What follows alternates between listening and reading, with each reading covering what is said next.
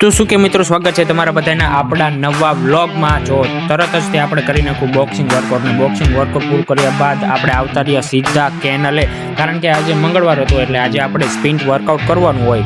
તો ગ્રાઉન્ડે નહોતું જવાનું કારણ કે ત્યાં થોડુંક નહોતું, આજે મારે કેનલે વર્કઆઉટ કરવાનું મને મન હતું એટલે આવીને તરત જ કરી નાખ્યું થોડું ઘણું સ્ટ્રેચિંગ કર્યા બાદ થોડું ઘણું વોર્મઅપ કરી અને આપણે રેડી થઈ ગયા રનિંગ કરવા માટે। અને ખરેખર આજે તો અંદરથી એમ થતું હતું કે નથી દોડવું, પણ તોય આપણે 4 કિલોમીટરનું સ્પિન્ટ વર્કઆઉટ કર્યું અને આજે આપણા શરીરની કન્ડિશન ફૂલ થાકી ગયો હતો, પરસેવો પણ વળી ગયો હતો।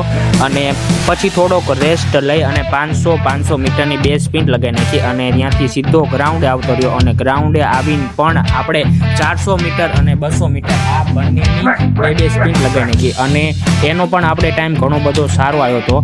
અને ખરેખર કહેવાય તો હવે આપણું વર્ક ઇન પ્રોગ્રેસ થાય છે, કારણ કે આપણે આપણા ટાઈમ ટેબલ મુજબ હરવે આગળ વધતા જવી અને આમ જ આપણા રનિંગમાં પણ સુધારો આવતો હોય એવું મને લાગે છે। અને પછી આપણે કરી નાખી ડેલી એક્સરસાઇઝ ચાલુ। અને જો તમે પણ બી કોઈ આવી રીતે વર્કઆઉટ કરતા હોય તો એવી રીતે તમે તમારા ટાઈમ ટેબલને હરખી રીતે પાડજો કે જેથી કરી તમે તમારા જે સક્સેસ કે તમારા ગોલ સુધી તમને પહોંચવા માટેની જે જિજ્ઞાસા છે એમાં તમે સફળ થાવ।